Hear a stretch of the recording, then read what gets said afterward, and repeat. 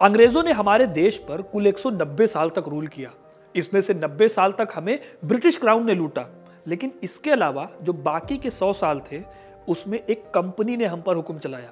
जी हाँ, सिर्फ एक कंपनी ने। अगर आप इंडिया की हिस्ट्री को थोड़ा सा भी जानते हैं तो अब तक आपने इस कंपनी का नाम गेस कर लिया होगा। जी हाँ, ब्रिटिश ईस्ट इंडिया कंपनी। साल 1600 में बनी ईस्ट इंडिया कंपनी वो कंपनी है जिसकी बदौलत ब्रिटिश क्राउन ने न सिर्फ इंडिया बल्कि म्यांमार, चाइना, श्रीलंका और साउथ ईस्ट एशिया के कई देशों पर अपना कब्जा कर लिया था। इस कंपनी के पास अपनी आर्मी थी, खुद के जहाज थे और ब्रिटिश क्राउन का बेतहाशा सपोर्ट था। यही नहीं, एक टाइम पर इसके पास ब्रिटेन की अपनी आर्मी से भी ज्यादा बड़ी सेना थी और कई देशों के बराबर पैसा था। लेकिन फिर कुछ ऐसा हुआ कि इस कंपनी को बंद कर दिया गया। जिस कंपनी ने ब्रिटेन को यह कहावत दिलाई कि ब्रिटेन का सूरज कभी अस्त नहीं होता, उसी कंपनी को ब्रिटिश सरकार ने एकदम से बंद क्यों कर दिया? और सवाल यह है कि क्या आज भी ये कंपनी एग्जिस्ट करती है? अगर हाँ, तो ये करती क्या है और आज इसका मालिक कौन है? आज के हिस्ट्री कनेक्ट की इस वीडियो में हम अपने देश को लूटने वाली इसी कंपनी के इतिहास को टटोलेंगे, क्योंकि अपना इतिहास नहीं जानोगे तो खुद को कैसे पहचानोगे। तो कहानी शुरू होती है साल 1579 से। फ्रांसिस ड्रेक नाम के एक ट्रेवलर ने वो रास्ता ढूंढ निकाला जिससे इंडिया पहुंचा जा सकता था। ड्रेक ने स्पाइस आइलैंड्स को खोज लिया था। ये जगह इंडोनेशिया के नॉर्थ ईस्ट में पड़ती है। वो यहां से मसाले लेकर 1580 में ब्रिटेन आए और ब्रिटेन के हीरो बन गए, क्योंकि इस डील से उन्हें 5000 गुना फायदा हुआ था। इस फायदे को देखते हुए लंदन के जो ट्रेडर्स थे उन्होंने हिंद महासागर में ट्रेड करने की पिटीशन डाली। आगे चलकर 1599 में ब्रिटेन के कई बड़े ट्रेडर्स ने मिलकर ब्रिटिश महारानी विक्टोरिया प्रथम से 30,000 यूरो पाउंड के इन्वेस्टमेंट के साथ साथ एक कंपनी खोलने की सिफारिश की। कंपनी को बनाने का पर्पस था साउथ ईस्ट एशिया के देशों से ट्रेड करना और वहां से ज्यादा मुनाफा कमाना। इस तरह से 31 दिसंबर साल 1600 में ईस्ट इंडिया कंपनी अस्तित्व में आई। अगले 15 साल के लिए कंपनी को मोनोपोली दे दी गई, यानी कि कंपनी से परमिशन लिए बिना ब्रिटेन का कोई भी ट्रेडर साउथ ईस्ट एशिया के देशों से ट्रेड नहीं कर पाएगा। इसके साथ ही कंपनी को अपनी आर्मी रखने की भी परमिशन थी। अपने शुरुआती सालों में कंपनी मोलुक्का स्टेट्स तक ही लिमिटेड थी और मसालों का ट्रेड करती थी। फिर साल 1608 में कैप्टन विलियम हॉकिंस भारत पहुंचे। इस टाइम पर जहांगीर मुगल गद्दी को संभाल रहे थे। वही डच और पुर्तगाली पहले से ही भारत से ट्रेड कर रहे थे, यानी कि वो ब्रिटेन से पहले इंडिया आ चुके थे। उस वक्त मुगल काफी ताकतवर थे, उनके पास 40 लाख की सेना थी। हॉकिंस को एक बात तो समझ आ गई थी कि मुगलों की परमिशन और सपोर्ट के बिना वो भारत में कुछ नहीं कर सकते। अब जहांगीर ने तो हॉकिंस पर ध्यान नहीं दिया, लेकिन उनके शहजादे शाहजहां ने 1613 में ब्रिटिश ईस्ट इंडिया कंपनी को सूरत में फैक्ट्री खोलने की इजाजत दे दी। इसके बाद अगले 50 सालों में अंग्रेजों ने बंबई, मद्रास और बंगाल में अपने कारखाने शुरू कर दिए। कंपनी के ट्रेडर्स भारत से कॉटन, नील, पोटेशियम नाइट्रेट और चाय खरीदते, फिर विदेशों में उन्हें महंगे दामों में बेचते और खूब मुनाफा कमाते। उस टाइम पर कंपनी जो भी चीज खरीदती थी उसकी पेमेंट चांदी में करती थी। बदले में वो मुगलों को टैक्स भी देती थी, लेकिन इसके बावजूद उन्हें काफी फायदा हो रहा था। ब्रिटेन और मुगल दोनों को इससे फायदा हो रहा था। जहांगीर से लेकर शाहजहां के टाइम तक कोई दिक्कत नहीं हुई कंपनी को, पर 1690 के दौरान कंपनी को एक बड़ा सबक मिला, जब कंपनी औरंगजेब से भिड़ गई। एक बार तो इस वजह से ऐसा लगा कि कंपनी अब लगभग भारत से बाहर हो जाएगी और कभी वापस नहीं आ पाएगी। इस युद्ध को चाइल्ड युद्ध के नाम से जाना जाता है। औरंगजेब ने यह लड़ाई जीती और उसने बंगाल में मौजूद कंपनी के सभी कारखानों को बंद करके सारे अंग्रेजों को बंगाल से बाहर निकाल दिया। यही हाल सूरत और बंबई में भी किया गया। हालांकि बाद में 1690 में कंपनी को माफ कर दिया गया, लेकिन कंपनी ने इस घटना से सीखा और अपनी फैक्ट्रीज और भी ज्यादा बढ़ानी शुरू कर दी।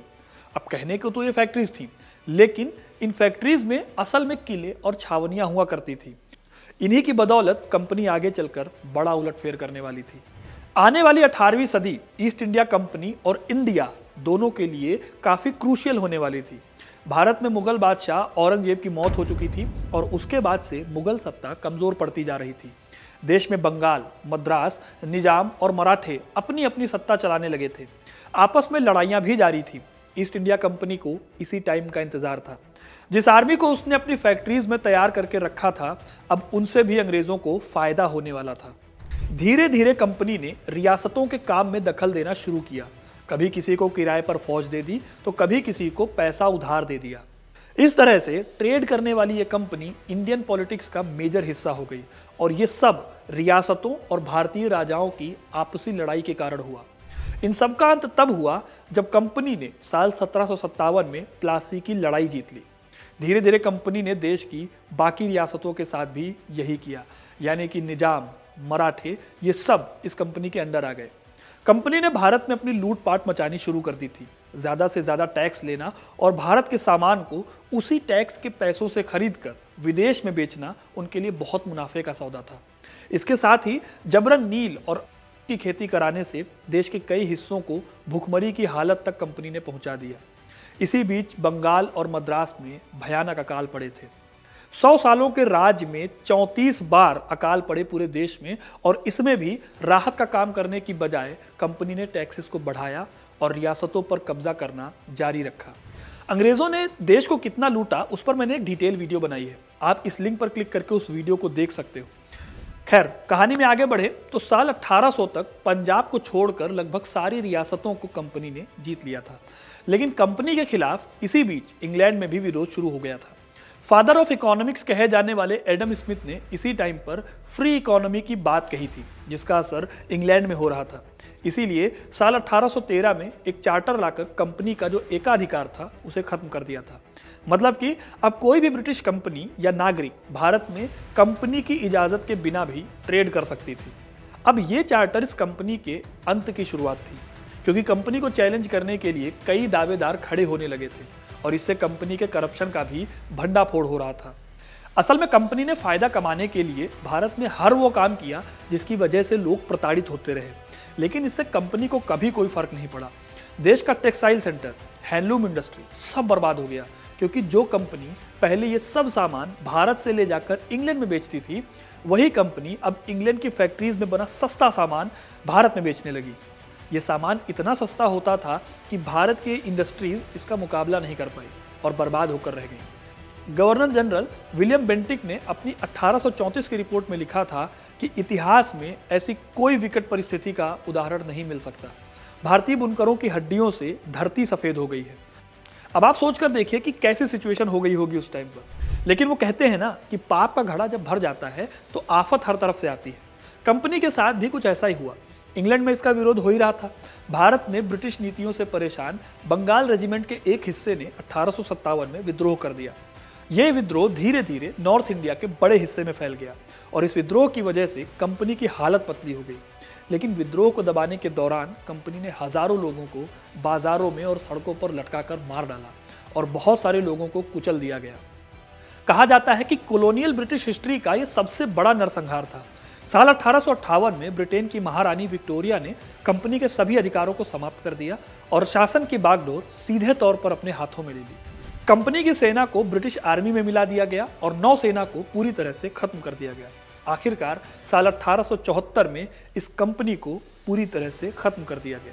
तो दोस्तों, ये थी कहानी ईस्ट इंडिया कंपनी की, जिसने भारत और चाइना समेत दुनिया के कई देशों को जमकर लूटा।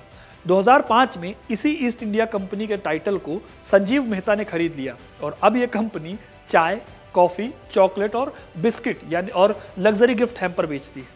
अब आपका इस कहानी को लेकर क्या कहना है, हमें कमेंट करके जरूर बताइएगा। वीडियो को लाइक करना और शेयर करना ना भूलिएगा और ऐसी तमाम इंटरेस्टिंग कहानियों के लिए हिस्ट्री कनेक्ट को सब्सक्राइब जरूर करें। धन्यवाद।